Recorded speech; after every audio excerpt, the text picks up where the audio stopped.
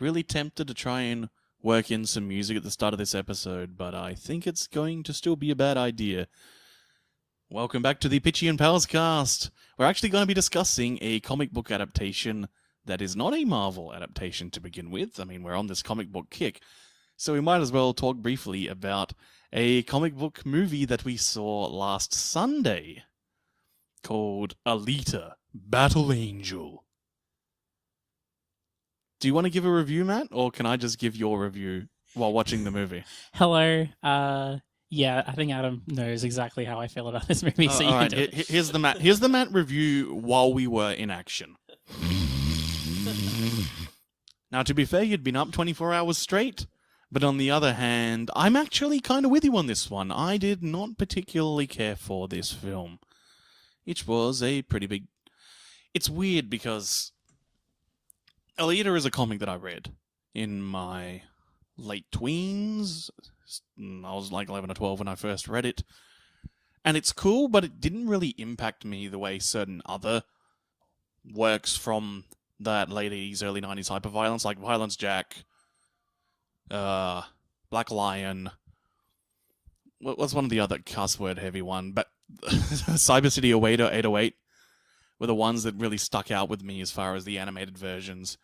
And in comic form, it's like I could just read Berserk, I guess, was my feeling, and is still my feeling. Battle Angel Alita, the comic, is perfectly fine. It captures this mood of this, cyberpunk. We've got technology has drastically changed the way that we live our lives, but has not changed the power structures which continue to make our lives worse than they should be. And it's got gritty art, some nice backgrounds, some cool action. There's this gleeful hyper-violence as there is in a lot of late 80s, early 90s comics, which of course was par for the course in Japanese works at the time, and a completely mind-blowing concept for American comics, after having been through decades of the comics code suppressing anything that isn't lame and poorly written. And so this comic just kind of stuck in the minds of certain people. Guillermo del Toro once showed the comic to James Cameron, who then decided he really wanted to adapt it into a film, made a lot of money, developed fancy, expensive 3D cameras that can essentially move around and shoot a pre-constructed 3D space, like a VR headset almost, in order to make Avatar, which was essentially a funding project in order to get to make the Alita movie, and then he poured it off to Robert Rodriguez when it actually came time to make the thing. You want to talk about this movie a bit, Matt? It's almost as if it's that thing where like you can't get something and you really want it, and then after so long of wanting it and being like so excited to have it, suddenly you get it and you're like, actually no, this isn't so good. It will never live up to the hype. It will never live up to the construct inside your minds. It's that Last Jedi thing where whatever you think an IP is going to be, if you think about it too much, it will never be what your brain is imagining. Yeah. And it almost feels like we've gotten a version of that before the movies actually come out. Like that's usually on like on the viewers like side of things. But I feel like that almost happened to James Cameron, in that it feels like he was so excited to make this movie, and then when he finally got the chance to, he realized that after all this time he didn't care. Because I can't understand any other reason why he would have pawned this off to anyone if it had been such a passion project for him. And this whole movie kind of feels a little bit like just going through the motions of, like, okay, this is what Battle Angel Alita is, I guess. This is like the general plot of it. And let's just retell it, I guess, with some really fancy visuals. Yeah, there's this... I'm reminded in some ways of various mid-late 90s action blockbusters and the way that it handles its sequel hook. I'm reminded of the greatest film of 2018 that isn't an important one, Pacific Rim Uprising. I'm also reminded of National Treasure 2. It moves through these plot points at an incredibly breakneck pace, to the point where you're wondering where it's going to be going, and then it just flatly ends on this really raw sequel hook. And also John Wick, it reminds me of, where John Wick has this really long third act, because no one knew if the movie was going to be a success, and so they wanted to just tie up every loose end immediately related to this singular event, as well as get a bunch of extra little world building out there, because it might be the only chance they have to work with the world they've created.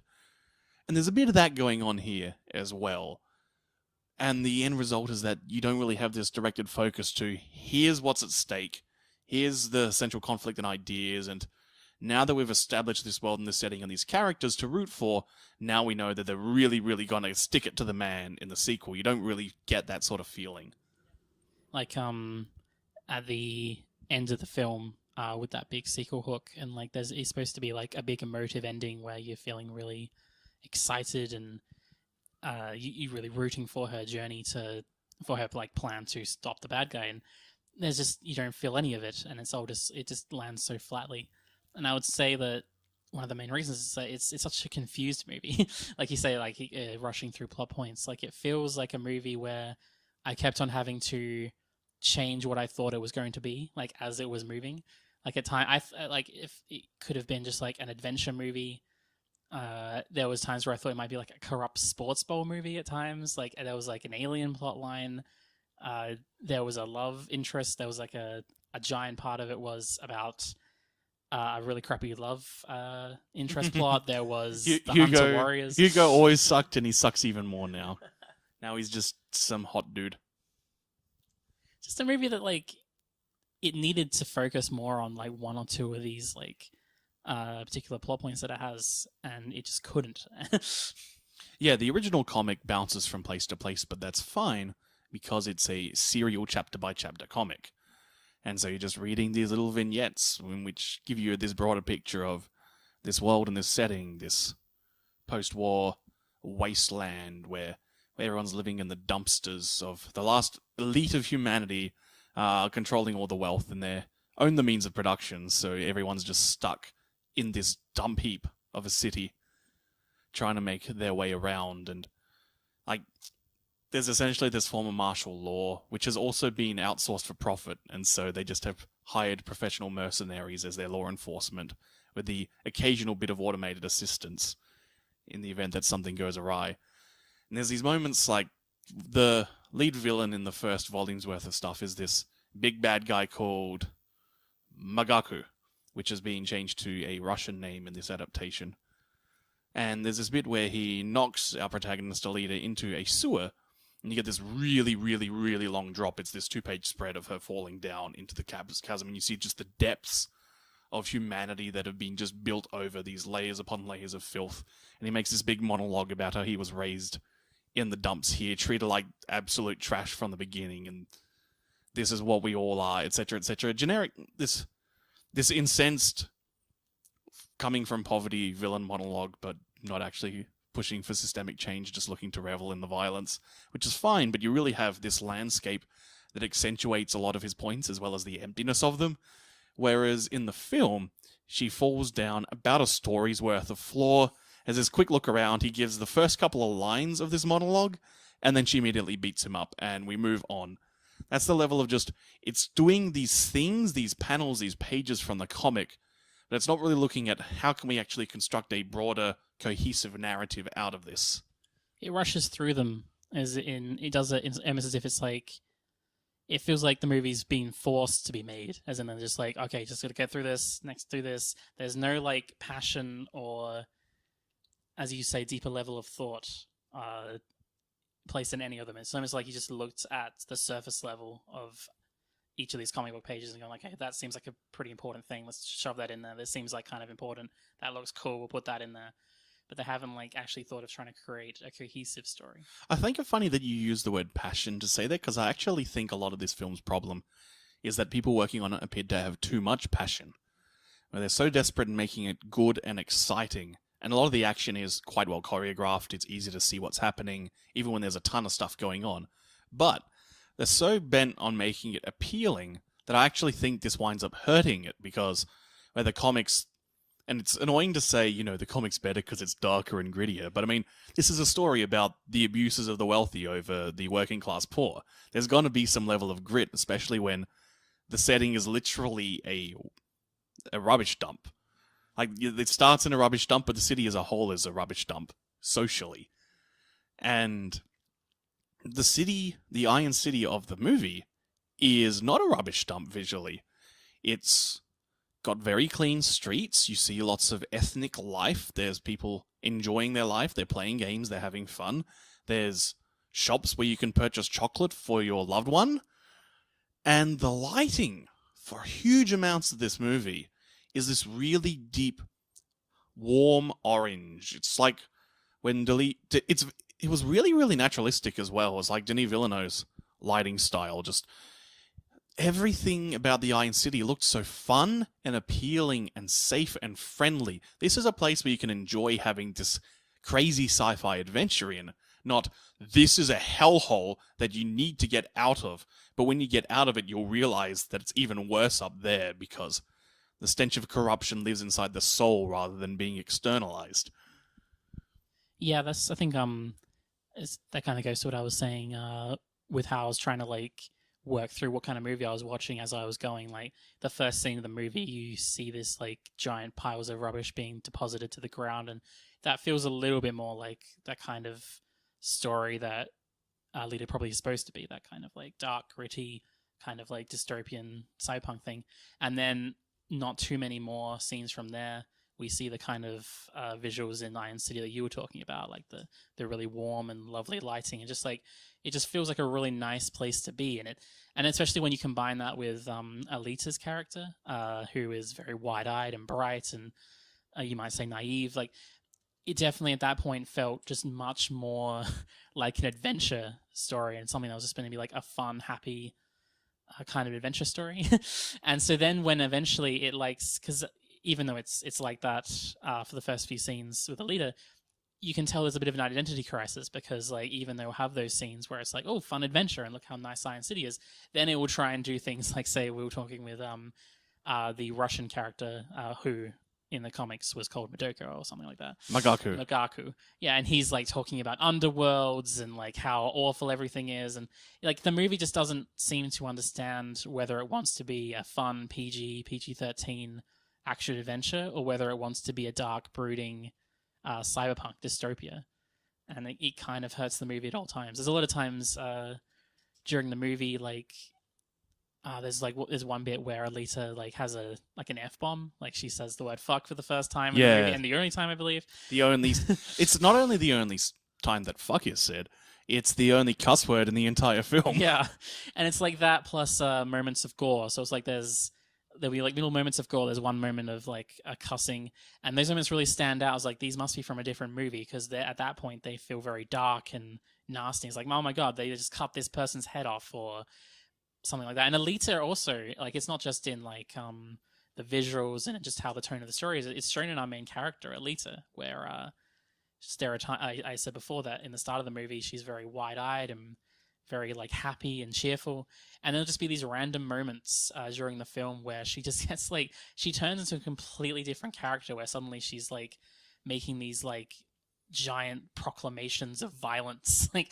and saying just how amazing. Not how amazing, but just how like she just like these really strong threats to people, and in those moments she's a completely different character than the one that we've seen before, and so like there's a lot of confusion. I'm very annoyed because I'm trying to quickly dig up for you and I'm not finding it. There's numerous points where one of the lead characters in the story, Dr. Ito, who is an expelled scientist from the Elite, who is the one who finds Alita, our protagonist cyborg, and rebuilds her body, acts as a bit of a father figure. And there's a number of times where he's acting morally ambiguously in the comic, and the lighting is just full-on noir lighting. There's this very strong noir influence, and the film doesn't really have this. Like I said, it's very big on this naturalistic, bright, warm, the warmth of the sun lighting every corner. And even when it's dark and it's nighttime and it's dangerous, the lighting used is often these very deep, gentle blues. There's like one shot I can recall where something bad happens and it switches to a sickly green light, which is very simple lighting shorthand for unnatural bad things happening. But almost every other time, the lighting was shot to look like a safe space.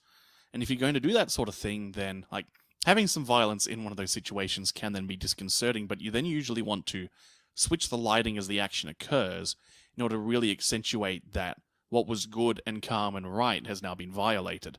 And the film just doesn't do that, so a lot of the time the danger doesn't feel as dangerous as it needs to. And at the same time, the violence, I really, really do want to see making ofs of this movie, because it feels like they scripted and storyboarded and probably animatics in this case, because there's so much CG in this film, obviously. It seemed like they'd actually produced scenes with gory violence, but then realized that they wanted that American PG-13 Australian M15 rating, and thus they edited it really, really hard. So you have things like a moment where a dog gets killed, but it's entirely through this hard montage cut of you see man aim thing, then you cut to a reaction shot and you hear this dog whimper sound. Like, you get none of the impact that this horrifying moment of cruelty is supposed to convey. And even then, it comes out of nowhere as well. Like, it's not something that fits with the rest of the movie. It's like, as I said, it's like these little moments of gore or violence or like darkness that kind of just like sprinkle across the movie. That they feel like accidents of editing rather than like, because you could have those moments of darkness really work as just these intrusions into the normalcy and purity of everyday life, but they're not framed like that. It's like, here's these moments from a different draft of the script almost that have just been left in. It's like confused at every level of the movie, like confused. Its main character seems to switch on a dime. Its setting doesn't seem like it. I don't really understand if INC is supposed to be a bad place to live or a good place to live at different points in the movie. Like, its lighting, as we've been talking about, is weird. Like, everything is just it's not necessarily that it's not arguing that something light and fairy and nice and adventurous is bad or dark and gritty is good. It's just the problem of it feels like you need to pick one of these things, right? Or at least you need to be very clever in how you integrate them together. And with this movie, it just feels confused and I feel like it needed to pick either, okay, we want to go for mass appeal, so we're going to go with a more light and airy-fairy kind of adventure, or we need to make our cyberpunk dystopia. And I needed to make a decision, and I don't think they did. Yeah, this film, did you feel it had promise at the very least at the beginning? I mean, the opening scene was I like the opening scene of like the rubbish dump. Okay, that's going to be my yes. Sure. This is just to set up that anime has a very long and glorious tradition of containing promise in its opening moments, and then by the end of it, you never want to think of it again because it's extremely frustrating and disappointed you on every level, making this one of the most authentic anime movies ever made. I would say it's the third most anime live-action film. The second most is Pacific Rim Uprising, which is a gloriously shameless entire second season of a robot/superhero show condensed in one movie. And of course, the best and the most anime movie ever made is the Wachowskis' Speed Racer. An adaptation that does not adapt the Speed Racer that you remember, but the Speed Racer in truth. What's the essentialist qualities of Speed Racer, conveyed with all the visual making technology of 2007-2008. And if you don't like the Wachowskis' Speed Racer, you didn't actually like Speed Racer. You liked the construct that was in your head. The real Speed Racer was the friends we made along the way. You thought you were going to get a review of Alita Battle Angel, and instead you're being told that you But it's me, Speed Racer! You secretly hate Speed Racer, apparently. I love that movie. Well, it would take a lot for me to not to dislike it more than I disliked Battle Angel Alita, which was just awful. I do genuinely feel like I was tricked into watching anime. So, well, I mean, I did kind of imply that when I convinced you to come with me, and it was worth it. I got my giggles out of that. So yeah, Alita Battle Angel is not a recommendation from me, Mr. Anime himself, and that makes me sad. But at the same time, you don't need the mainstream Hollywood approval to legitimize your interest in a trashy medium. You can enjoy it on its own merits just fine. Some ways, maybe the fact that it is in Hollywood and mainstream might be a reason why you like it as much as you do. So yeah, we prefer mainstream and Kadokawa Shoten. So let's move on to the true mainstream, the true Hollywood. We're at 2014 now. In the time span of movies, I was moving out of stable employment and going back into academic hell because I am a fool like that around this time. the Winter Soldier and the Guardians of the Galaxy are, I think, because we've had this journey where, up to this point, the Marvel brand has really, really been held together by the glue that is Iron Man. You go to these movies because you liked the Iron Man movies, and these seem to be attached to Iron Man, so then maybe they'll be cool. And then you saw the Avengers, and you went, hey, I liked the lines this character had, maybe I'll see Thor's next movie. But here is the point where, going forward, this is the ones that really, really solidify, to me, the Marvel Cinematic Universe as an unstoppable pop cultural and cultural juggernaut. Where we have these two very clear and distinct directing styles, these really, really firm auteur voices impacting their readings of Marvel Comics as a text and the MCU as a text, to create these two really distinct flavors of how you can do a comic book superhero movie. We have the Russo brothers with their spy thriller, Captain America the Winter Soldier, and we have James Gunn with his psychedelic space opera story about his own personal growth as a person. So let's get into the Winter Soldier. What happens in the Winter Soldier, Matt? Well, the Winter Soldier starts a little bit after the first Avengers movie, and Mr. Rogers, Steve Rogers, Captain America, has joined SHIELD. Probably the most, at least on the surface, the most obvious choice for him to continue doing the things that he wants to do and helping, saving the world, protecting the world. And he starts off in the movie. A SHIELD ship has been taken over by terrorists. I'd just like to make as a note, as you've discussed this, like, you've basically summarized the first 30 seconds of the film in a way where you're addressing the themes and content and ideas that are going in, where the film wants you to be starting at mentally, not just Captain America infiltrates a ship and then a thing happens. This is what it means to actually comprehend media, rather than list a bunch of things, then say, action make no sense, ding. Damn, well, now that you said that, now I'm probably just going to list things that happen in the movie. But yeah, like, obviously... Why are you just making all these lists? Ding! I think we all know what shade is being thrown on who there. But yeah, so he's with SHIELD. He is helping out with a SHIELD ship that has been overtaken by terrorists. But unfortunately, it seems like there is something weird going on in terms of there's more going on than meets the eye. Black Widow, who's with him, apparently seems to have her own little mission there. And it just seems like even though he's successful in taking back the ship and saving everyone's lives, he's not very comfortable with what's going on with SHIELD. Nick Fury is making airborne aircraft carriers that have got massive guns and everything. He's seeing the idea that SHIELD isn't the good guys, perhaps.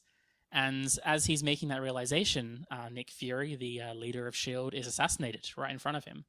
And as that happens, Nick Fury gives him as a data stick, I believe. Yes, a USB flash drive. USB is the connector. Usually, those sorts of little thumb drives have flash memory, thus they are called flash storage drives. Yeah. The universal serial bus is the connector, everyone. But everyone just calls them USBs, which is highly frustrating to everyone who knows what Adam just said. Mm-hmm. Language is descriptive, unfortunately. He's told by Nick Fury before he's shot and killed or assassinated that this is something very important, and that something on that flash drive is super important, and he is trying to hide it from the rest of SHIELD. He doesn't trust them very much. And unfortunately, as he tries to do that, SHIELD turns on him, and a bunch of people that he thought were his friends and colleagues decide to kill him. And then he's on the run from SHIELD with Black Widow, and as they are struggling to find out what's going on with SHIELD, they eventually find out that, shock horror, SHIELD has been infiltrated by Hydra. In a really cool scene we're going to talk about, but we'll talk about that later. They find out that it's been infiltrated by Hydra, and as well as his friend Bucky from the first movie has been brainwashed into being a Hydra agent. And so as they try to evade Hydra agents and Bucky, they attempt to stop SHIELD Hydra, I guess, from essentially taking over the world by hijacking the helicarriers to kill everyone who they consider an enemy. Yeah, it's fantastic. We have like this classic depiction of what fascism does, where central goal of fascism is to eliminate those who are not us. And who is not us? We see from here, it's millions of people that have been arbitrarily determined, because it doesn't really matter so long as it's not you. Yeah, and eventually they stop the attack. They eventually kill or stop all the Hydra people. And there's a big fight between Bucky and Steve, in which we see Bucky sort of beat his program. He doesn't kill Steve, but he is in the wind. We know that Bucky's in there. Yeah, he's still there, but he's not like bad or good by the end of the movie. And he's not a good guy. He's not a bad guy. He's the guy. He's the Winter Soldier. He's the Winter Soldier. And also, I guess the last thing with the movie is S.H.I.E.L.D. is destroyed by the end of it. We see a world, the first time with the MCU, a world without this organization that had been kind of a glue holding together these people. And that's kind of the movie. I didn't want to go into too many specifics. I just wanted to No, that's fine. The basics. That's all we need. Yeah. We know the rough sequence of events. So back to the boat. Yes. Was it held by terrorists? I think. See, here's the thing: because terrorist has become this cultural shorthand for bad people with guns, but terrorism is specifically politically motivated violence. This is an important thing to highlight because this is how, for example, forms of peaceful protest, like various forms of the Black Panthers who were operating as a physical security for Martin Luther King when he made his peaceful protests, or say Nelson Mandela protesting apartheid, were, strictly speaking, forms of politically motivated violence, which is how both Nelson Mandela and Dr. Martin Luther King Jr. spent time in jail.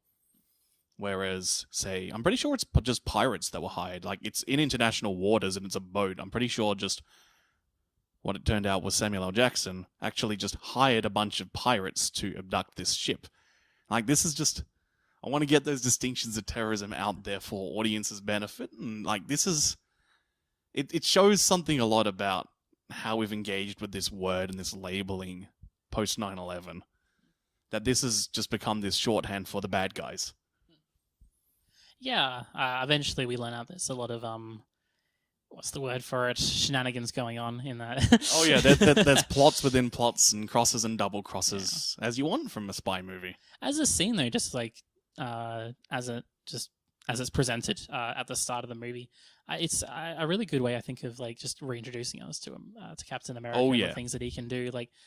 On a really shallow level, it's just really fun watching him run around, beat people up. Yeah, it's great for highlighting what is Captain America's powers, but also what does Captain America believe, where we have Black Widow operating as the face of what it means to actually be a spy, which is really what he's signed up for, versus Mr. Gung-Ho propaganda piece military man. So he's going around punching things while Black Widow's slinking around, shooting people in the head, backstabbing people, throttling them with garrots if she needs to. And this guy's just smashing up the place. And they both get the job done, and they both do it quite well. They save everyone who's on this ship. And they even capture George St. Pierre. I think it's worth mentioning that the big lunk that they capture at this point is George St. Pierre, who is a mixed martial arts fighter, who I think had just lost the middleweight championship around this time. So he had some time then. Yeah. You see him briefly later on where there's just this screen in the background during an exposition scene where you see him in an interrogation room. One of the few interesting bits from the audio commentaries for these movies, I'll talk about them in a bit. They were both really boring as the spoiler, which surprised me. But there was this anecdote that when they shot those images of George St. Pierre sitting in the interrogation room, and they did a few takes. And by the time they'd finished the final one and went, okay, that's good, that's a wrap, he just looked around and went, oh man, you nearly had me cracking that time. I was about to tell you everything. Sounds like a fun character. And he, his stunt work in his action scene was perfectly fine. He, having an MMA person certainly helped that out. It was a fun action scene, just having eventually, he's the only one who could, be in some way a challenge for Steve on that ship. Everyone else kind of just got dunked on. It's probably my favorite cinematography for a fight scene is that the boat sequence and the elevator. The rest of the fights in this movie drove me bananas for various reasons. The cutting, I'm guessing, with the editing of yes, constant. The edits and the shaky cam, and that's what I was going to bring up here. That we've talked a lot about the impact that Transformers had on mainstream films and the way that they're shot from 2007 onwards. But we haven't really talked at all about Christopher Nolan's Dark Knight trilogy, which has neared completion. I think 2013 is The Dark Knight Rises. It would have been around then, because it's been a while since that trilogy was over. Yeah. So we've seen quite firmly that, and like, those films have steadily decreasing shaky cam as Nolan gets better and better at learning how to direct the cinematography of action shoots. But those films had a very strong impact on how you shoot and how you write action movies, which we're still seeing to this day.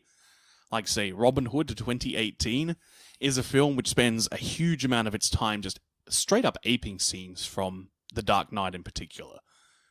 And we're seeing here the unfortunate impact of that era is that most of the action scenes of this movie have this really, really heavy cutting and this really, really heavy camera shake, which you use to try and... Essentially, you do this to increase the impact that any one shot has. A lot of video games, fighting games in particular, can be quite good at using screen shake to accentuate impacts. Skullgirls is a masterclass in it. Hokuto no Ken is the hilarious extreme of this. But it can also really, really interfere. They have very good stunt workers on this film and actual legit fighters choreographing really good, exciting fight sequences. But there isn't this confidence that they can shoot them right, and so they just keep shaking the camera and rapidly cutting between angles to obscure the action in a way that really drove me bananas, because I know there's something good happening there, and I want to see it, but you're not letting me see it. This does get improved somewhat by Civil War by this team. Yeah, it didn't annoy me maybe as much as you did, but I could definitely... I see exactly what you're saying in terms of like the elevator fight and the boat fight with Mr. MMA Man are definitely the best ones in the film, just so that you're able to see what is going on completely. Well, in every other action scene, while there could be some fun little moments that you see, there's always this kind of general feeling of like, oh, I just wish the camera could just stop for a second. Yeah, one of my favorite shots in the boat one is one of the earliest ones where you see this really wide, almost establishing shot of the boat. And you see Captain America run along the entire length of the boat, throwing his shield halfway through it, and punching a guy off the rail to get a good rail kill there. Shoutouts to Space Mutiny. And it reminds me a bit of, we've talked before about that cut in G.I. Joe, where it looks like there was a bad take and a guy fiddling with his sword, and then you realize he murdered a dude off just to the edge of the frame. It's really evocative of that image, and it's great. Yeah, that's something where... all three films, actually, now that we're going to talk about, all feature good opening sequences, actually, which is interesting. I guess I would say as well, we were talking before about the way Captain America and Black Widow have these like contrasting ways of doing things, and the way that Steve Rogers is in... the people that he's gotten with are not the people really that he should be with. He's not well suited to what S.H.I.E.L.D. is. And I also feel like, as well, S.H.I.E.L.D. in general actually has this weird thing where we're never quite sure exactly what they're supposed to be. We're told they're a spy organization, but they seem to also have law enforcement capacity. They're also kind of bundled in with like the superheroics of our Avengers, like main characters. They're also a confused kind of... Oh, and that's what makes them so scary. They're a classic example of something that happens. This is particularly something I'm aware of when it comes to political legislation for tech, because tech is always going to develop at a faster rate than the legislation to make sure it's safe for humanity. And you often see when legislation tries to address issues as they come, that the drafts pop up with this really ambiguous wording, and it's really, really dangerous to have ambiguous wording in your law, because that can allow all sorts of nasty, terrifying leeway. We're seeing this with, say, the data retention laws that were implemented, and what was initially like 15 organizations were going to be the only ones allowed to have it. It's ambiguous enough that basically, if you have an Australian business number, you can request everyone's metadata. And likewise, we're seeing here strategic homeland intervention... S.H. Homeland, Intervention, Enforcement, Intervention, Logistics. Enforcement, Domestic? No, Logistics is L. Yep, Logistic Division. Strategic Such a Homeland, pointless thing to know. Intervention, what was the E again? Enforcement. Enforcement, Logistics Division. That is a terrifying name, because that can mean anything and everything. This isn't an international force. This isn't some component of the UN that's like, this is the international, oh no, we gotta deal with weird superhero power things division. This is a branch of the United States of America as a state, with a heavy implication that it's a branch of the military. And they claim, despite that they claim kind of, if not ownership, jurisdiction, I guess might be the word. They feel like they can go anywhere, and that's shown in whether their depiction in the movies, depiction in the show.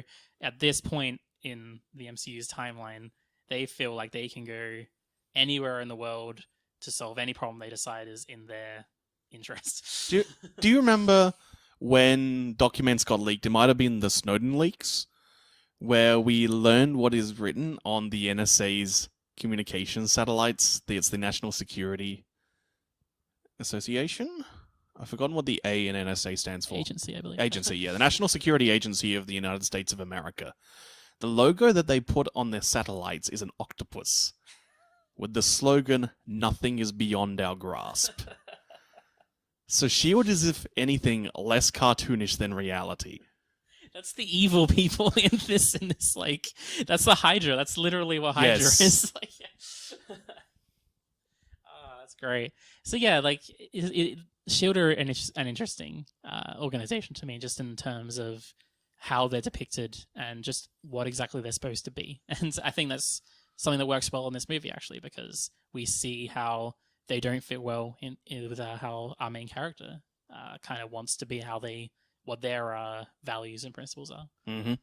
Steve Rogers is not a fan of mass surveillance, and while it's fine to violate everyone's privacy and own people, essentially try to own people as much as we can, if it means that the bad guys are stopped no matter the cost. And that really, this movie, in many ways, I mentioned the influence of the Dark Knight movies, and this is the one that feels the most like a direct response to them.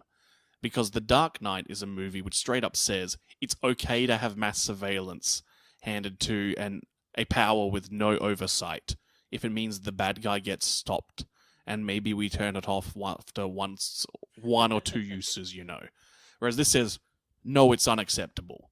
The repercussions of this, if this is in the wrong hands, it's death for many people, many innocent people. And if it's not, and if it's in the right hands, it's still an incredible abuse of humanity. And I think it's very important that the way the movie kind of flows, Steve Rogers isn't perfectly happy with S.H.I.E.L.D. and everything it represents, and then suddenly Hydra infiltrates it, and it's like, oh no, that's a problem. He is clearly uncomfortable with everything going on, even before it's like, oh wait, fascists are literally in charge. Even before that, this looks a bit fashy, and then yeah, if it looks like a duck and quacks like a duck, it's probably gonna hail Hitler. Hail Hydra. Oh, sorry. Yes, Hydra. They raise two arms, so it's totally not a Sieg Heil. And I do really like the fact that just in the how in Iron Man 3, we talked about how it was really good that kind of preconceptions about how, and we talked about before, is like how who terrorists are, who the bad guys are, is then used by the villain to manipulate people. In the same way here, we have need for safety and security is hijacked, essentially, by the very people that we would probably consider to be the most, we'd be the most afraid of. Yeah, and often you can construct a desire and need for security, which is exactly what goes on here. Yeah, this film was written at a time when, certainly in liberal media, the concern, those halcyon days where the only concern was unsolicited, unoverseen US unmanned military strikes on foreign states, which seems like a minor thing to be complaining about now, but that's the angle that they were approaching this from. And you can see that from what the main threat was, being those helicarriers that would just super shoot drones. Targets, and it didn't make the most logical sense, but that's okay. That's not important. It's okay. I'm trying to remember if this is before or after the MSF hospital bombings, when America just straight up shot missiles and dropped bombs from planes on a couple of MSF hospitals. I think regardless, it's in that era of where you would always be hearing about mistaken strikes or hearing debates about the legality of strikes, and that's something that's been going on for a while, so I can see how the movie would take inspiration from there. And it's legal so long as you've got the most guns. $1 trillion per annum, everyone. I think something that's interesting about what we're talking about here is we're talking a lot about like the politics of the movie, and we're still kind of talking a little bit about Steve Rogers, but mostly in a more general way, like how he feels towards maybe Hydra or Shield. We haven't been talking about the thing that probably falls the most flat in the movie, even though it probably should have been a core component of it, and that's the relationship between Steve and Bucky. Well, that's the thing. This movie's called The Winter Soldier, but that's really, really a hook to get you to watch and be, oh, who's the Winter Soldier, is where it seems to come from. Half-Blood Prince. Because this, like, it's there, and it's certainly the least explored element of the film. And it really feels like that's where you really see how these films, the way that you're writing for a cinematic universe is different to how you'd be writing singular texts. Because if you're writing singular text, he wouldn't be in this movie. Yeah. But since they're trying to set up these pieces, and really the real Winter Soldier, the real Captain America, the Winter Soldier, is the Civil Wars we made along the way. Captain America 3 Civil War is the Bucky movie. In here, it's just this preamble. It's this extra little cog in the machine, this extra little barrier to overcome, which in a way slows down the pace of the film at points where I wanted to just be over and done with, because its interesting ideas have been done and discussed, and I want to see them resolved. But these are the bumps. This is what happens when you're making a cinematic universe. There's at least the feeling that you need to be doing this sort of thing to have these elements of a broader continuity. I guess in the end, it's do the pros outweigh the cons in that, in this case, it's Bucky not being the issue between Steve and Bucky isn't too interested in this movie. It's the one that kind of is the least interesting aspect of the movie, but it does kind of set up interesting plot lines in Civil War. And so I guess you're just asking yourself, is the movie that much worse with the Winter Soldier in it? And I would say that even if it's the weakest element, it doesn't ruin the movie. Yeah. And so you can probably just allow it. And really, if you were going, the reason why it doesn't work is because Captain America 1 is such a shit movie. So you can go all the way back there. I feel like if they'd done a better job with Captain America 1, then one of the things they probably would have done in that movie is try to get a better feeling, trying to get us to be more empathetic to the relationship between Steve and Bucky in that movie. That carries on into this one, and then everything is like fine. But unfortunately, that's not quite what happened. Yeah, I'm thinking of how, say, the first time that Han rescues Luke in The Empire Strikes Back, the first time you see Han and Leia having a conversation with each other, and there's immediately this juicy tension in the air, because you've seen these people do stuff and get along before, and you care and you like them and want to see them being happy and not calling each other nerf herders, scruffy looking. Ooh, scruffy looking. Whereas here, it's just you do not care about Bucky, and so Bucky's back. It does say when we show me more elevator fights. That elevator fight was very, very good. Yeah, the elevator fight is the first thing that was shot for this film, and it took 4 days to shoot. There is this fight scene where Steve Rogers has just realized that S.H.I.E.L.D. is compromised, and he's trying to get out of the building. And he just steps into an elevator, and he's like, okay, we're going to go down now and leave the building, and whatever, work things out from there. And he has this realization as the doors close, and it's entirely conveyed through really, really good cuts. It's entirely through visual language that it's just something bad's about to happen. And there's a few too many people in this lift, with a few too many hands on weapons in this lift.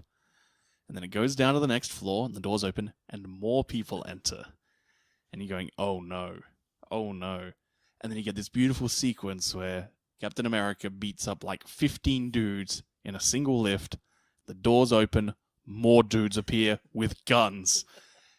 And so by the time he's overcome this all, you're like, this is how you get a guy over right here.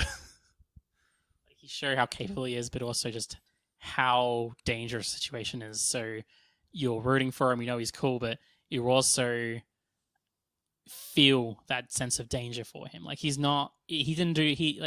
Iron Man was in that situation, he probably would have like laughed it off, and he might have like done something like tech wise and just been fine. Yeah, it'd have been said a witty line. It'd be like when he's tied up and in his lowest point in Iron Man 3, and he's making jokes about how his robot arm's taking too long to rocket in through the window and kill everyone. Whereas here it's just, oh no. this guy is defenseless, and he's got to kill all these dudes. And now there's more with guns. It's beautiful. It's juicy. It's what you want from an action scene. And I would say the action in general is nothing. Well, we've seen it in a lot of other movies, but not in the MCU. Like a lot of like gunfights, a lot of like really like brutal, like in that elevator scene, like basic like punching and kicking kind of stuff like that. It's not typical superhero kind of fare in terms of like the action scenes that it has, and I think that kind of like it set it apart. And I'd say that sense of danger is something that was always even in the action scenes that weren't shot as well, unfortunately. Yeah. With the poor editing, there was always a sense of danger and tension in most of the action scenes that are in the movie. And they're obstacles on the route, because each time it clearly establishes what the goal is. Again, going back to my Avengers 1 complaints.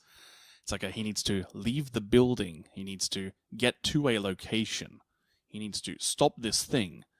And it's once that's been established, then this roadblock happens. Since you care, you know that there's these stakes, you then go, oh no, now he's got to get through this.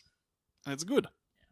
I guess there's one exception to this being the final fight, which I know that you are not the biggest fan of. Maybe, I think we're naturally close to that. Yeah, that's the most superhero sequence in the movie, where you got people with powers, even if the power is I have a wing pack and guns. But the party's been split up. Captain America is doing one thing, Falcon's doing another thing, Black Widow's doing a third thing, Nick Fury's doing something else. So it's continually cutting away between these different situations, and several of them are these big, bombastic, explosive things, but really we talked a lot about the politics going on in this movie, and I think that's so important because really the climax of this movie needed to be about the politics. And this very much feels like a movie to me where I think of, say, the first Taken movie, where the very last moment, where the climax of that film is Liam Neeson and the bad guy what stole his daughter are in a room. Bad guy what stole his daughter holds a knife to daughter's throat. He starts to make a speech, and Liam Neeson just shoots him in the head. Like, you don't necessarily want that sort of fast resolution, but you want it to be people in a room talking to each other. Yeah, I would say that I do. There are some aspects I kind of like about this final action scene, but I do get like what your criticisms are, and I do think at the very least it would have been helpful to have Steve have a conversation with Mr. Head Hydra, Alexander Pierce. What's the actor's name again? Robert Redford, I believe. Mm. Yeah. I miss Louis. He knows actors. Yeah, I think he's a famous actor. I know Seiyu, but not actors. All right, well, I'm pretty sure that at least the character's name is Pierce. And I think it is kind of weird that Steve never gets a conversation with this guy at any point. And I don't know, I do feel like they probably could have explored the Pierce character and have Steve actually have like a war of ideals between the two in some way during the movie. I think they would instead like that conversation in a room is really a bit past the midpoint when it's the conversation with the former Nazi scientist whose brain is on a series of tubes. This is an amazing scene in the movie. It's the best scene. Like, the elevator scene and this scene are the things that get me going. That's why it saddens me so much that there's so much movie after this moment where they go to a bunker, which is in a former SHIELD facility. In fact, it's the one of the training facilities where Captain America trained up once he got his super serum. And he realizes that a munitions building is in the wrong location, therefore it's probably a secret facility. They find the original branch of SHIELD there, and inside a secret facility, inside the secret facility, there is a room full of Nazi computer. And the computer says, "Hi, I'm the evil Nazi scientist from the first movie. I'm here in computer form." And it's the best. It's equal parts incredibly silly, as well as just like this clear-cut statement of, this is how Nazism infiltrates politics. And it's also, I don't want to give it maybe too much credit. It doesn't explore it too much, but I really like the fact that it is Steve Rogers' former training camp, and that I feel like that was almost like his second home while he was training to be, I guess, Captain America. It highlights that like the infiltration of Hydra isn't secret foreign power doing secret foreign things to corrupt you. It's no. America was always ready and willing. I mean, the discussion about whether America should support the Allied forces in World War II was a very long conversation. And there were many people, like, say, the Rockefeller Foundation, who had genuine stakes in supporting branches of the Nazi Party. Like, the Rockefellers funded a huge amount of eugenics research. And I'm trying to remember the name. There was a specific name that people who were supporting either avoiding intervention or overtly supporting Germany. There was a specific name for that political faction. And then, like, you can go back and you can read, like, Dr. Seuss political cartoons lampooning these people. Like, it was a very long and serious discussion, and, like, those people don't suddenly disappear in a puff of magic once Hitler has killed himself. They're still there. They're still influencing politics. Yeah, it's a wonderfully... It's the kind of scene that only really works in a superhero movie, and it's interesting that it, in other ways, for the most part, the movie is like this political spy thriller. And it just has this scene out of nowhere that is just the most superhero thing ever, where this guy just has been digitally uploaded into like 1960s type. Yeah, it's an entire huge bunker full of computers, and it's probably got way less processing power than this Nokia phone I'm holding right now. Yeah. But apparently has an entire sentient guy who has been... In some ways, I feel like... Who's also connected to the internet. Maybe he's got, like, cloud storage for his brain now? I feel like almost he should have been the main villain instead of... with the PS guy, I'm pretty sure that was a very famous actor, so maybe, like, he needed to be the... If you hire someone like that, you need him to be the I think there just show. wasn't I don't think there wasn't the confidence that we can actually have the climax of this movie being a conversation with a Nazi computer in a basement. That's sad, because this should have been. Or at the very least, like, whoever was going to be the main villain for Hydra, whether it was that Nazi guy in the computer or it was going to be Pierce, Steve Rogers needed to interact with them more, and they needed to, like, as you were saying right there, like, talking about the fact that it kind of shows that even though he went off to fight Germans, essentially. He went to fight off Axis powers in World War II and struggled so hard against Hydra and Nazis and fascism that there are elements at home that he didn't even know about that were still influencing things. That kind of needed to be... Like, it's kind of there, but I feel like it needed a villain to, like, throw that at him, to spit it out at them. It's like, ha! And then it needed Rogers to say something to you win then frame that it as, hey, like, yeah, this is a thing, and you might have been able to manipulate things, but... We made the choice. We made the right choice, and we can make that right choice again, and then you just shoot the Nazi in the head. Yeah. Yeah, it needed just a little bit more interaction between the head Nazi, head Hydra guys and Rogers, because unfortunately it does mean by focusing so much on Bucky, and that's kind of like, in some ways it kind of like ends up just being Black Widow and Fury trying to take on Pierce while... Yeah, they discuss the ideology, but... There's a conversation they can be having, but their conversation needs to be with Steve, not with Hydra. Yeah, especially because Steve is the main character of this movie. So that's a bit of a shame. Like, but that scene with the Nazi computer guy is amazing, at least. So. What's great is that we've been able to talk so much about, like, ideas and themes and concepts. This movie's got some stuff going on, and that's cool. That's really cool to be having in a mainstream entertainment product at this point.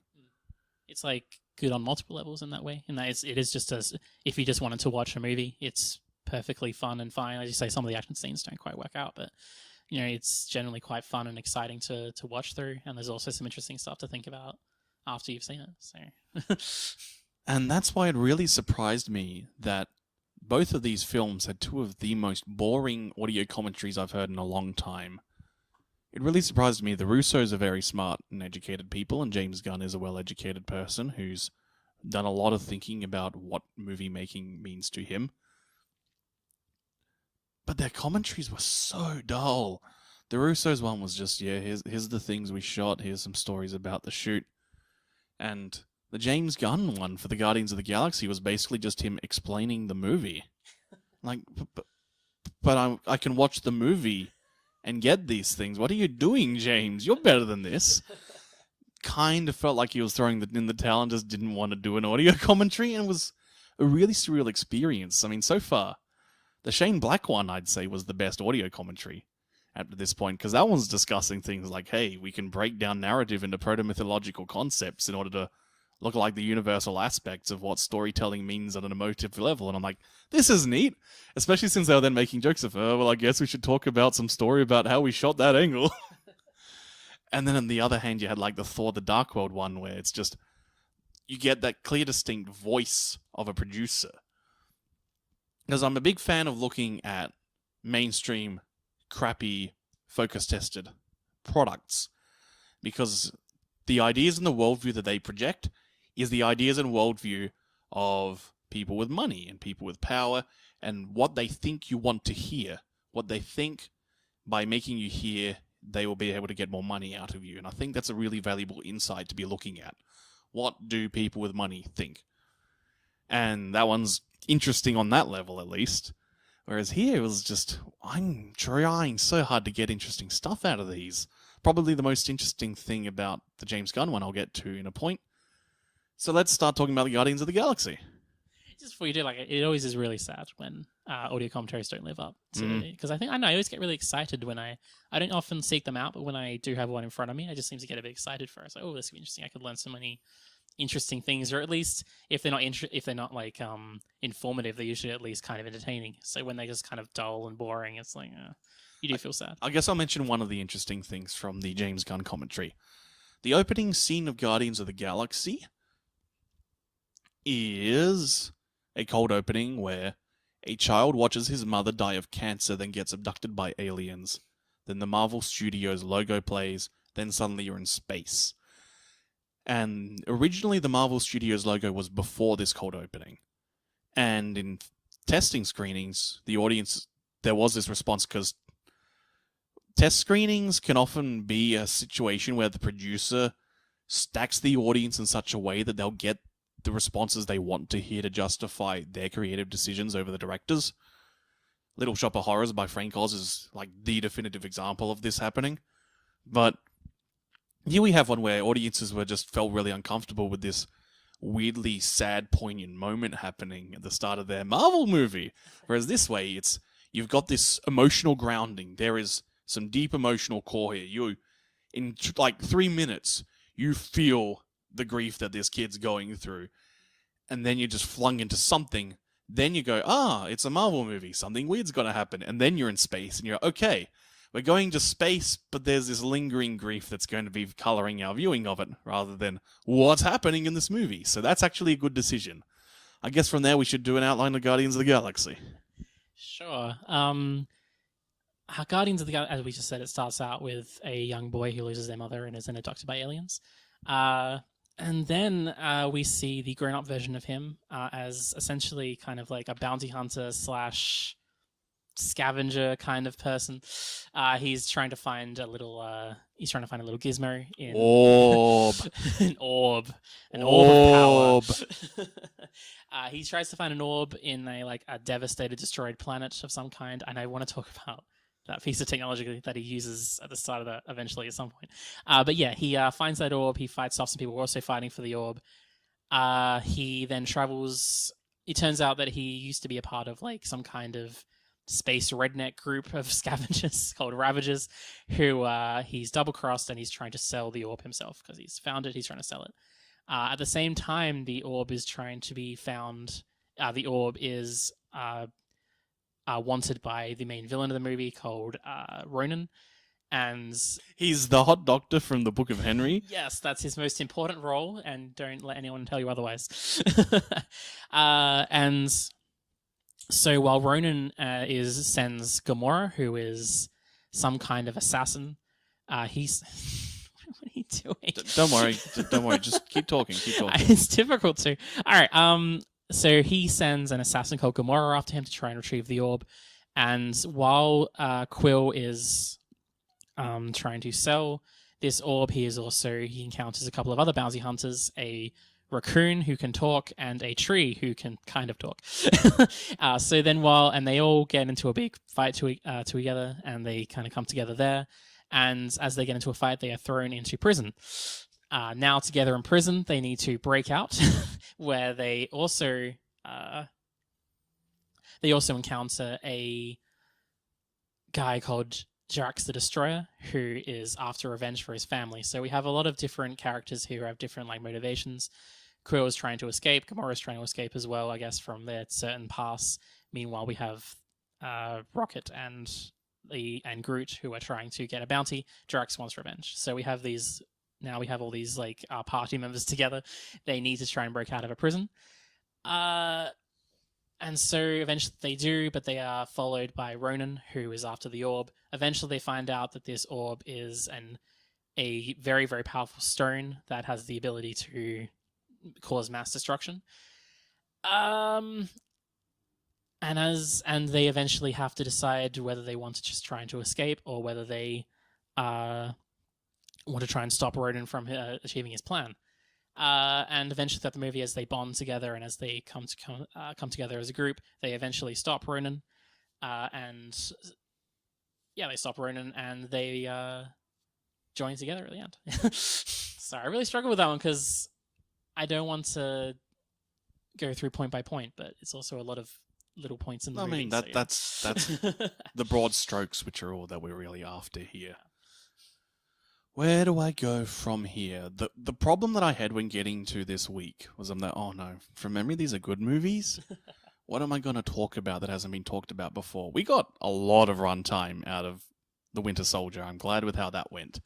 Guardians of the Galaxy. Okay, if you want to really think about in depth about the character narratives and arcs of this movie and its sequel, there is a video essay by one Lindsay Ellis entitled "The Complex Feels of Guardians of the Galaxy." That is an excellent piece of just, you want to comprehend the text, check that one out. So I don't really want to be talking about character arcs too much because she has done it better than me. So I've been racking my brain thinking about all the other topics that I can talk about from here. So I'm trying to work out which one I want to go with first. And I think what I'll start with is I really wanted to see this movie. Because, as I mentioned in the first week, by the time the MCU was starting, I was pretty much done with the way that Marvel and DC construct their stories and the ways that they continually try and construct bizarre inflated Ponzi schemes to keep you reading and buying way too many books that you don't actually care about in order to get the 3 pages that will be connected, or some sort of explanation as to why the story you're liking has now skipped 5 years, that sort of thing. But in 2008, which was when I was just about to give up, there was this big event, which I've now forgotten the name of because it's been long enough, which was set in a facet of the Marvel universe called Cosmic Marvel, which is wacky space opera Marvel. That sometimes you'll see, like, the Hulk will get shoved in a rocket ship and flown out into this setting, but mostly it's about, say, this space cop with superpowers called Nova, who flies around and shoots lasers, and does this really annoying 3-hit super that's full screen in Marvel vs. Capcom 3. And he shouts Power of the Nova Force, and if you're blocking it and get killed by the chip damage, then 2 of your characters will come out at once instead of 1, and that leads to hilarious combos, which is a great thing in Marvel vs. Capcom 3. But anyway, the point is, there's this weird psychedelic space opera element, which is kind of leftovers from weird ideas Jack Kirby had in the late 70s, early 80s, some of which he wasn't allowed to do in Marvel, and so he took them over to DC when he got tired of Stan Lee's shit, put a pin in that, and wrote the New Gods. Anyway, there was this one of their big blockbuster crossover events where they ruin everyone's continuity and everything sucks. Was really, really Nova-centric in 2007, 2008. And it resulted in this big upheaval, big reset, and some writers went to some editors and said, hey, a bunch of random ragtag characters are kind of all in the same location after this event. Can we write a story about them solving crimes? And the editors went, yeah, sure, go ahead. And so Guardians of the Galaxy, which was the name of an unrelated series in the mid-70s, came into being, which was Star-Lord, Drax, Gamora, Rocket Raccoon, Groot. And that ran for about a year, and that was what kept me reading comics for a year, was I enjoyed seeing this group of weirdos who do weird violent things and solve a bunch of crimes and beat up a bunch of cultists for a year, and I had a lot of fun. The characterization was never going to be the same as this one, but I was really excited because, like, this is the thing that kept me reading comics for a year.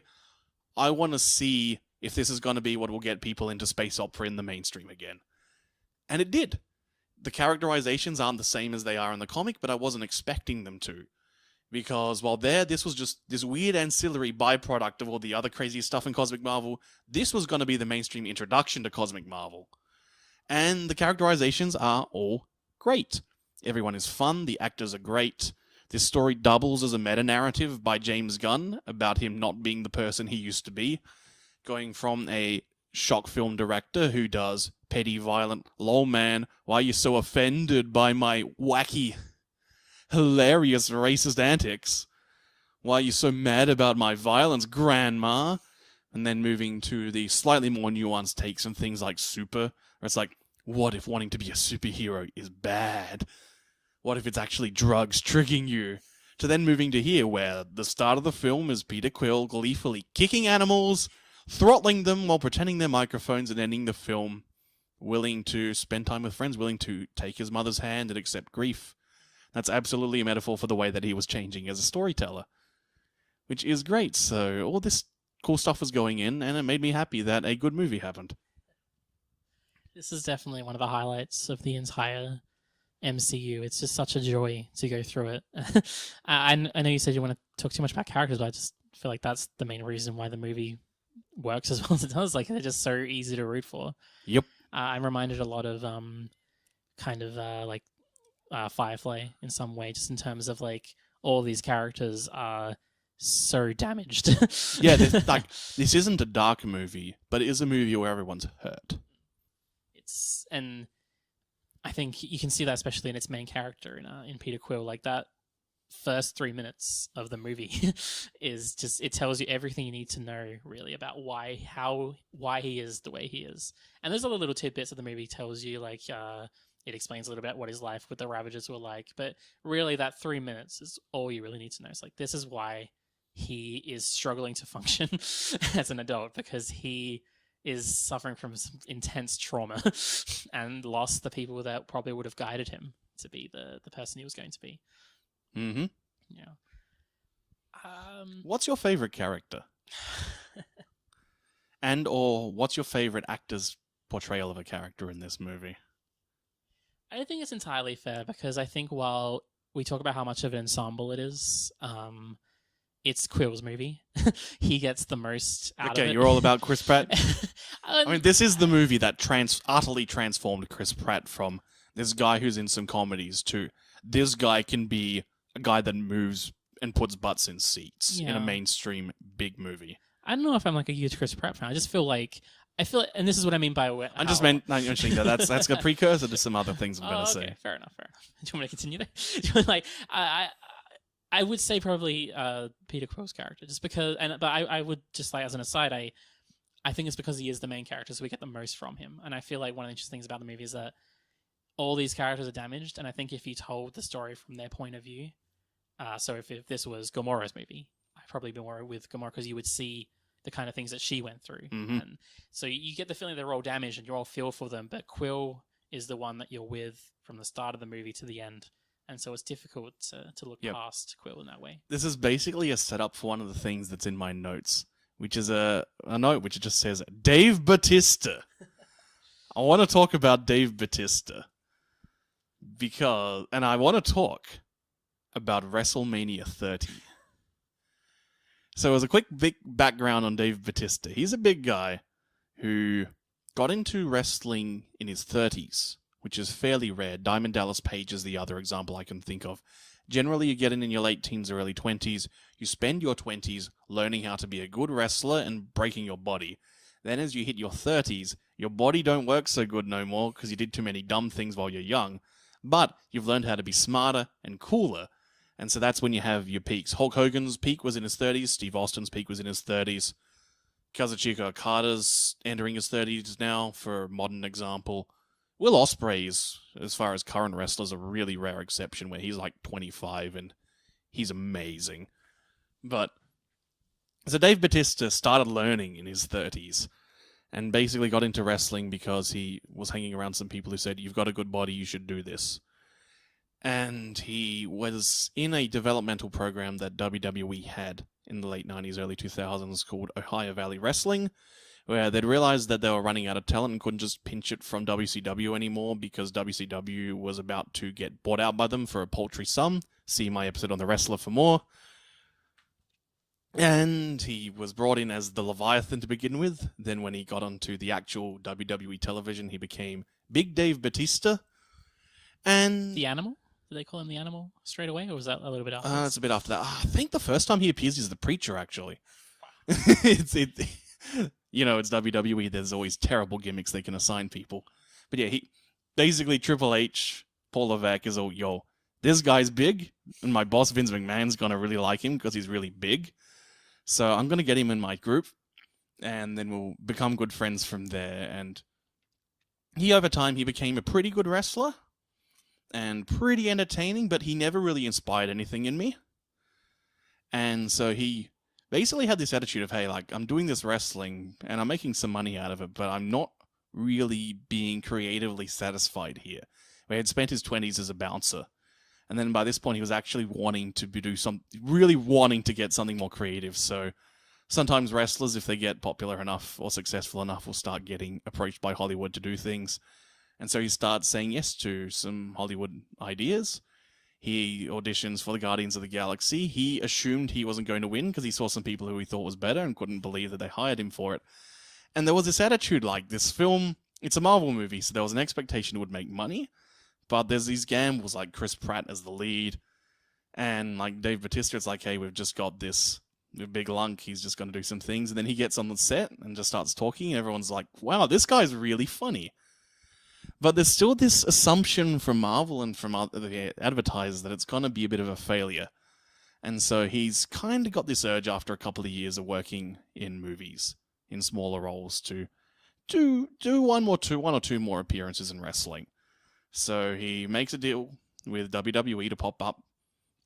They cut the deal late 2013, I think, and he's going to pop up in 2014.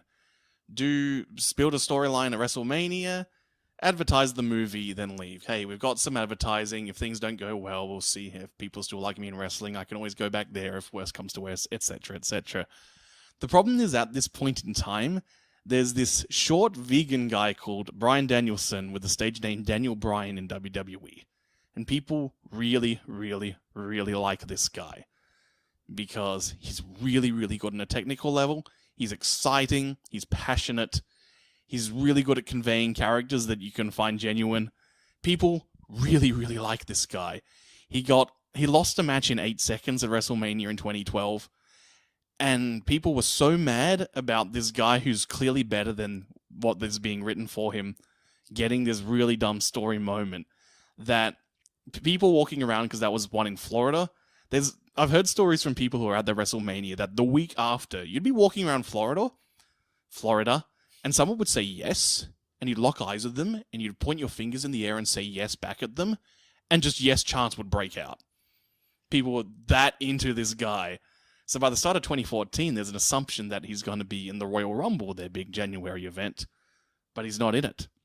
All the way through to number 30, yes, here's the moment Daniel Bryan's going to come in and do something cool. We've been cheering for this guy so loudly, and no one cheers for anything at WWE shows. So they're going to listen to us finally. And then out comes Dave Bautista. And no one's happy about this arrangement. And so it was supposed to be Dave Bautista hanging out with his friends Randy Orton and Triple H one last time turns into, well, I guess we got to write you as a villain so Daniel Bryan can beat you. And so he basically leaves WWE with this egg on his face and going, well, I guess maybe the movie got advertised. Then the movie comes out and it makes like $500 million, if not more. Let's check. I haven't got that one prepared, so... It was uber successful, is the general gist. Yes. I guess the reason I'm bringing this all up is because of the week that we're talking about Guardians of the Galaxy. In fact, we're supposed to tape this on Sunday, but we didn't. And so, a day after when we were supposed to do the taping, Dave Bautista has returned to WWE. He's going to do one last match with Triple H at WrestleMania.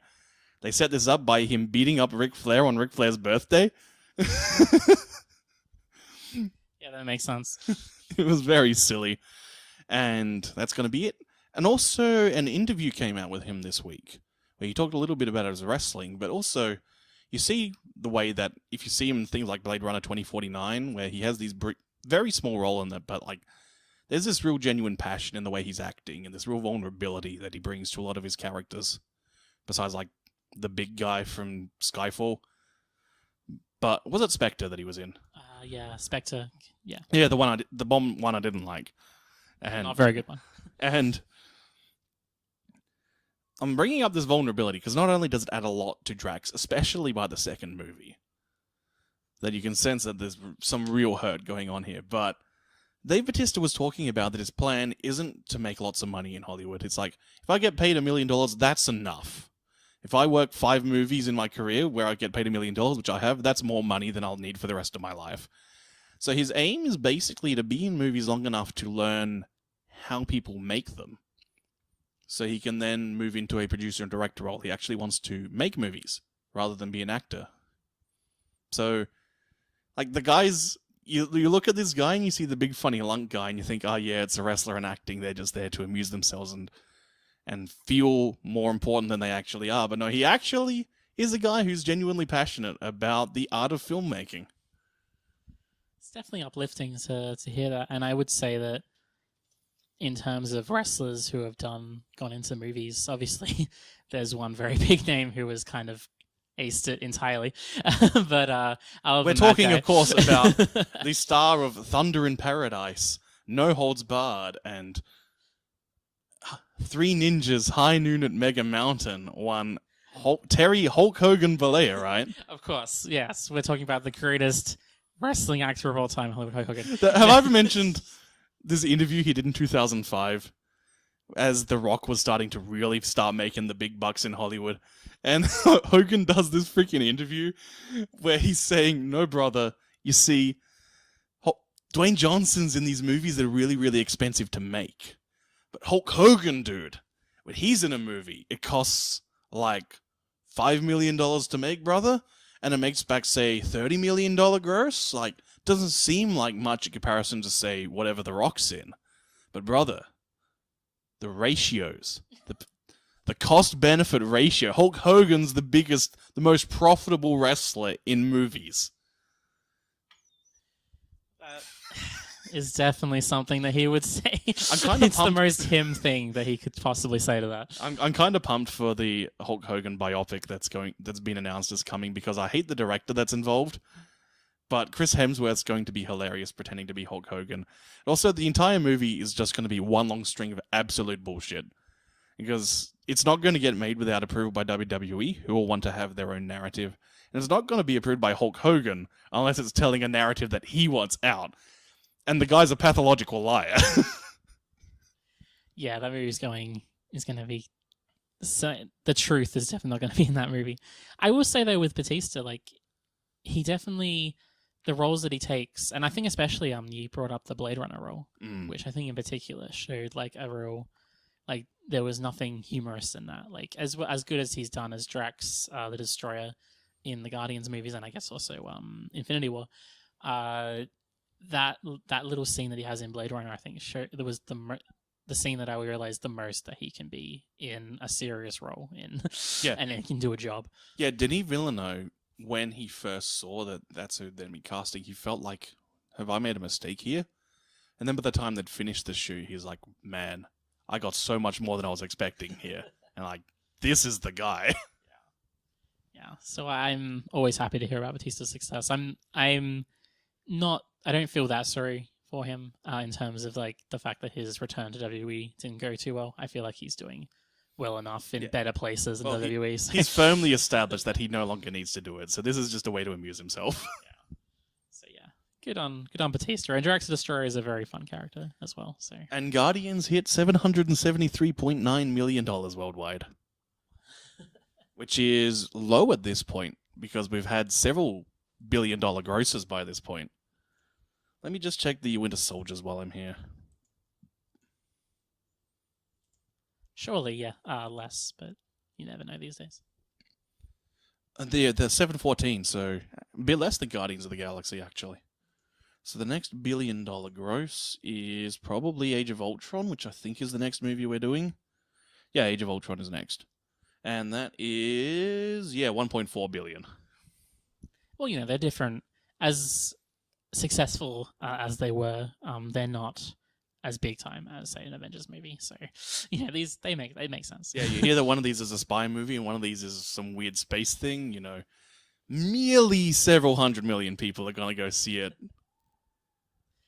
Yes, such cult classics, The Winter Soldier, Guardians of the Galaxy. Iconic Under indie the radio. film. No, it was such a lovely movie to watch, Guardians of the Galaxy. I thought it was such a pretty movie as well. Like, you can talk about how the colors of it, or just how... one thing that struck me was every new location was just so fantastic. Both in terms of just looking at it, and also in terms of just, like, the things you can get out of it, how rich they were. Like, Xandar looks fantastic. The nowhere place that's just like a dead carcass, or I think it's just the head. Yeah, it's a giant head. Just the giant head of like an actual formerly living creature that some was sort of space giant. Yeah, the prison's really good. Like, just every place just looks and feels fantastic and fits in with what the movie is going for. Nowhere's one of my favorites because a lot of this film is still very big on blue and orange as the central contrasting colors, which is, movies by this point. But Nowhere is very big on greens. And not like necessarily sickly pale greens, but say the Collector's Joint and the Casino have these really deep, rich greens going on as well, where it's still an artificial light, but there's really distinct flavor. And you look out in some of those skyboxes and the vastness of space where there's just like these green and pink nebulae floating around. It's beautiful. They love nebulae. Mm-hmm. I think that they'll continue on into the second movie as well. They love those big vistas and big, like, just gaseous clouds everywhere in Guardians. They just love them so much, and it just makes the movie so pretty. And I would like though to talk about like that first planet that he goes to. So in the Greytown second opening scene, I guess. I love the look and feel of that planet. I love the fact that even though the rest of the movie is so colorful, that one is very gray. But you're not quite sure what movie you're in for the first, like, until like the actual music starts. I just forget which song it is, but like it's a very upbeat kind of Come and Get Your Love. Come and Get Your Love, yeah. Because you got this grey mystic ruins, like you're seeing this Indiana Jones-ish, this explorer in these desolate ruins of what could have been, like, you literally see him a hologrammatic scan that's like doing this automated archaeological scan of what each location is to try and find where the treasure might be. I have no idea what that piece of knowledge is, but I love it. Yeah, and it's just like projecting like people going through their lives. They're trading, children playing with balls in the street. You're seeing the ruins of what there once was. And you're like, man, what is this weird, sad movie? And then Come and Get Your Love starts playing. And he starts dancing and kicking small animals. And you're like, okay, now we're getting somewhere. We're getting some sort of rock and roll adventure. But masking the grief. Yeah. I think that's the really important part. Like, it shows exactly what's going on here, in that we have all this rock and roll adventure and this, like, what is, for the most part, just a rollicking kind of fun action adventure movie. But there's like a deeper core there. And in some ways, like, that opening scene kind of sums it up perfectly, even that short space of time. Yep. In that we see how awful things are underneath the surface and the horrible things that have happened. And his reaction to that is to get some music playing and to avoid the situation. Try and shout it out and also pay forward the violence. Yeah. I love that scene. And I kind of wish, I would love to see more of that, like in a different movie, like just some, like, I don't know, some kind of scavenger in that kind of a world. The movie just looks fantastic, no matter what, if they're going for colorful or for kind of like dark, horrible ruins. And yeah, usually this is the point where I'd complain about how the palette's still a bit more washed out than I would like, but I think it's appropriate here, not just for these undercurrents we've discussed, but also as a transition moment for the movies where they've had certain looks. They've had moved from this post-Transformers aesthetic to this slightly Black Hawk Down-ish color grading, to now here it's, okay, we're bringing the color back in, but we can't go full in too hard right now. So we're going to have this emotive core as the opening, then this grey planet, and the movie's going to get progressively more color as it goes along, but it's not going to be quite as garish as, say, a Thor Ragnarok or a Guardians Volume 2, which is still not quite as bright as I want it to be. I want that Flash Gordon level of garish and gaudy. I want football tackle scene while Queen music blares and Brian Blessed hits a guy on the head with a club. Surreptitiously.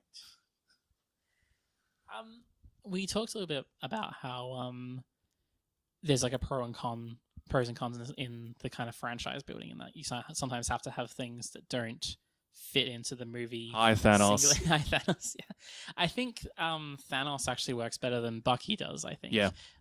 Because he kind of he works better than Ronin. he works better. Yeah. Put a pin on Ronin. Sure. I feel like with just the little bit of Thanos in the movie, I think like one of the reasons why it works perfectly fine, even though the movie doesn't need him, but it's still like his inclusion. It doesn't like hurt the movie in any way. And I think because I think it's very clear that this is not a movie with an ending, really. Like there's obviously character arcs that reach their conclusion, but it's very clear that they're the character arcs haven't concluded. They're at their first act, really. Okay, there's like that's part of what makes it so good. Yeah. Okay, but well, yeah. In that case, like it doesn't need to be self-contained. So the fact that Thanos is clearly something that is just there in the background and is not resolved at all is clearly something that's like impending in the future. There's a lot of things in this movie that are clearly impending. They're clearly going into the future. So I think it's fine that there's like just little elements like that. Guardians of the put a pin on it. Can I pull out my Ronin pin now? Sure. All right, Ronin is a brick. He has no charisma. He's got really crappy motivations. His speeches are so lame that either they're utterly vapid and completely devoid of meaning. He'll scream about retribution on people, but then not specify what for. One of his final monologues is interrupted by getting hit by a spaceship. And this is what I love about Ronin. As far as continuing to discuss using Marvel movies to define components of fascism, Ronin is a really good example of a component of fascism that's really outlined for contemporary writings. Umberto Eco's essay Earth Fascism, which really outlines the components of what fascist ideology is. And the core idea is that the labels for him will change, but here's the ideas that are floating around that always pop up. One of them is, which stems from some post-World War I writings by a Prussian general entitled The Forever War. And at the time, they were a big influence on what led to the rise of Japanese fascism. But there's this very strong idea that you must always have a military machine and you must always be fighting. And that war is a good thing, it's a natural thing, and it is a necessary thing. You must always have an other to conquer and defeat. And this is a big part of why fascism ultimately will always find a way to destroy itself. Because even if it conquers all its enemies, it has to create new enemies to fight, or else it cannot justify being these great fighters. And so it will then find people internally to kill. To go back to the Nazi Party, it called itself the National Socialist Party in order to get votes from people who supported socialist policies or even outright communist policies, as well as to get support from unions. And once they got those union memberships and those socialist members in the party, once they'd finally gotten control of the parliament, they then concluded that they didn't need these elements anymore, and they're an enemy. So in an incident called, two incidents, the Beer Hall Putsch and the Night of Long Knives, they literally, the people who are actually supporting Hitler and Goering, got out their knives and stabbed all the socialists and the union members to death. And Ronin is a perfect good example of this fixation on conflict for its own sake. He's this radical in his own culture, which is even funnier because he's from the Kree, which in the upcoming Captain Marvel is going to be all about the Kree are good people who do good things, kind of, maybe. Oh, we don't know yet. The trailers have been suggesting that. Sure. That it's going to be a conflict between people from the Kree versus the Skrulls. But at this point, it's like, we have this the only glimpse we've really had of the Kree is this one isolated group of just this guy who's so fixated on war that the idea that a peace treaty would be negotiated and be mutually beneficial is so disgusting to him that he just has to immediately start killing anything and everything that crosses his path. His ideology is cartoonish, just like, as I've said before, fascism is inherently cartoonish. And so, like, his motivation sucks, but in his motivation sucking, it says something about a bad ideology. And he's also the perfect kind of foil for the kind of heroes that we have in this movie, in that he is the perfect kind of villain to mock. And so we don't need to have a Captain Rogers kind of type to give some kind of passionate speech to him about, I don't know, the virtues of like loving people and being a better person. We don't need something like that. We don't need Tony Stark to kind of give a speech about like him being a better person. No, we need someone like who's as immature as Peter Quill is, to just who's even more immature. Yeah, who just completely mocks him by dancing in his final kind of monologue. That is the perfect way. It's not the Drax way where he's like constructed this kind of like epic revenge plot story between him and you take Ronin. This guy serious. You take this guy. You play the essentially your Drax fails to kill Ronin because he plays Ronin's game. Yeah. Peter utterly rejects everything about him. Yeah. And thus he's able to beat him. And it's both highly entertaining to watch, just on like a shallow level, and it's also got that other little component as well, where it just shows like this is how you deal with people like that. Well, sometimes you do actually have to fight them, but if you can, mocking them is always a fantastic way to disrupt them and to eventually even at times defeat them, because as you say, their ideology is cartoonish in some ways. Sometimes the best thing to do is just to show people that these people are ridiculous and their views are ridiculous, and they're so ridiculous that you don't actually have to take them seriously. That's right. Guardians of the Galaxy is the producers of the 2010s. Yeah, he's the perfect villain for the movie, definitely. Yeah, he's perfect because he's so shit, which is a rare thing to say about writing in a movie, and that's part of what gives this film its unique zhuzh.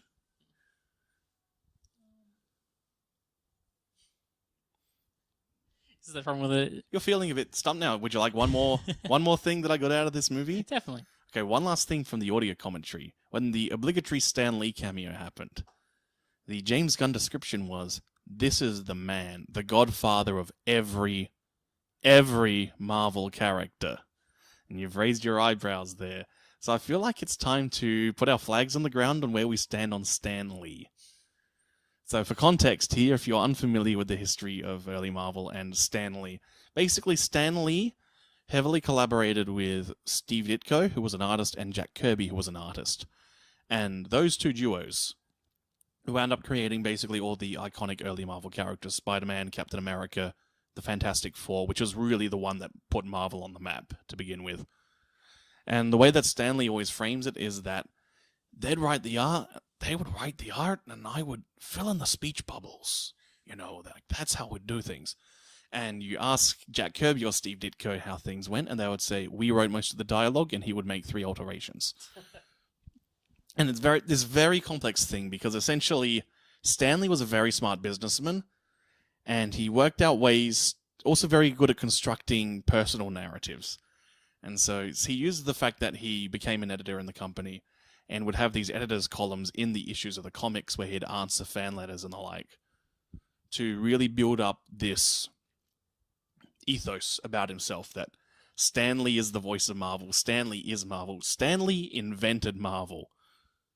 And then when creative differences and personal differences and business issues meant that both Steve Ditko and Jack Kirby left the company at various points, Stan Lee was really able to maintain this narrative that he's actually the one who invented things and thus negotiate better rights for himself. It's a very complicated thing because no one really knows for sure who actually did how much of those early comics. If you ask Jack Kirby or Ditko, they'll say they did 95%. You ask Stan Lee, he'll say it's 50-50, if not 65-35 my way. But my stance from the way things went over the years is that it probably was mostly Steve Ditko and Jack Kirby. I feel way more sympathetic towards Jack Kirby's treatment, because Steve Ditko is a very big fan of one Ayn Rand, and if you're going to support an ideology which says that your personal greed is the highest virtue that you can have, then if another guy was greedier than you and outwitted you and stole all your shit, then that's your fault, mate. If you're going to adhere to personal responsibility, then you're going to have to die by that sword. It's Jack Kirby, though, I feel much more sympathetic towards. Though at the same time, even with all this, so Stanley's a bit of a shady figure. Yet at the same time, in his later years, as he got older and his company got wrested away by other forces, we've talked before about the guy who went and did all venture capital stuff to wring the company dry and all those sorts of issues happened. And as he got older and also much more senile, like many people found ways to milk him of money in turn and manipulate him and basically trot him out as this half-rotted corpse that they can make money off of from convention touring fees and the like. Like, you try to talk to Stan, and he tries to talk to you, but then his manager just immediately whisks him away to go do some other thing that's going to make more money than actually talking about the joy of comics. So ultimately, Stan Lee lived by a sword that, in its own way, he wound up dying by. I can't feel sad about his death because he had a really long life and was, for the most part, a really fulfilling life. So, like, hey, cool. Yeah. Do you have a different stance on Stan Lee? No, not really. I think the comics world has a lot of figures like Stan Lee and also like Jack Kirby. I remember the Bill Finger situation with Batman. I just forget who is the guy who was credited as the Batman. Shyster and Schuster? Siegel and Schuster? No, the Bob Kane. That's it. Ah, yes. Yeah, I mean, like Bob Kane kind of stole Batman essentially away from Bill Finger, and Bill Finger ended up having a pretty shitty life and dying mostly in poverty, while Bob Kane gets to have his name plastered on Batman Forever. Like, I feel like that's right. just... The best film, Batman Forever. Yeah, I feel like these kind of stories are in comics all the time. Like whether it's DC, I can't remember Marvel, the name or of there's an executive in Marvel who got into good positions because he pretended to be a Japanese person in order to work double time. That's one of the less horrifying stories of Marvel management. So yeah, you're going to get these situations where, especially in creative scenarios, where it can be difficult to quantify how much work has been done and how much a particular idea belongs to someone by the end of it after so much collaboration. I think that's always going to be a messy kind of thing, just like probably with any creative enterprise. So, I don't know, I think it's not something where I know enough really to judge. I just hope that wherever Jack Kirby is now, that he's doing well, and that whatever work he did do for Marvel has been well remunerated for him. Well, if you read Alan Moore's run on Supreme by Image Comics, the final issue that he wrote is Supreme, who's a knockoff of Superman, and originally was this edgy Rob Liefeld story about what if Superman murdered people. And then Alan Moore utterly gloriously retconned it. Like, the retcon is diegetic. The first issue of his run is Supreme going to a world that's strange and shaky, and a bunch of other Supremes pop up and say, yeah, that's just because you're getting retconned. But the final issue of this run, which is just this Silver Age, super optimistic revival series, and the final issue that he wrote is, he goes on a little bit of a soul search, and he goes into this mysterious hole, and in there he finds the spirit of Jack Kirby, which is this giant head in the afterlife. Just Jack Kirby's head, like MODOK style, just this huge head, floating around in the ether, just continually constructing new stories, and just making stories and playing them out, and also filling the room with huge amounts of cigar smoke because of his tobacco addiction. And they just have this conversation about the nature of stories, and it's delightful. Was Jack Kirby like... He was dead by that point. Oh, he was dead by that point. Okay, fair enough. Wow. That's quite a story. I did not know that happened in Supreme.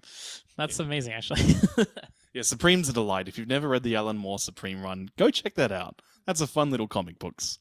I think we should wrap things up there for this week. Yeah, yes, just Guardians of the Galaxy is amazing. I'm sure you've seen it. If you haven't, that's interesting. You probably should. And Winter Soldier was pretty good too. Yeah, my only regret is that we weren't able to watch Guardians 1 and 2 in sequence and really look at them in sharp focus like that. But we're going to have some gaps in between, so we'll get there when we get there. Next time will be Avengers Age of Ultron. The second Avengers. We'll see if this one irritates me even more than the first one did in retrospect. And then we have Ant-Man, which will be my first time seeing Ant-Man.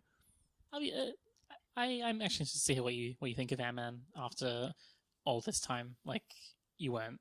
Like, the idea of just, like, watching it so far since it's been released and just being able to see like without any hype or really much Yeah, context. well, I had a certain level of resentment because of the Edgar Wright debacle with it, which we'll probably get to.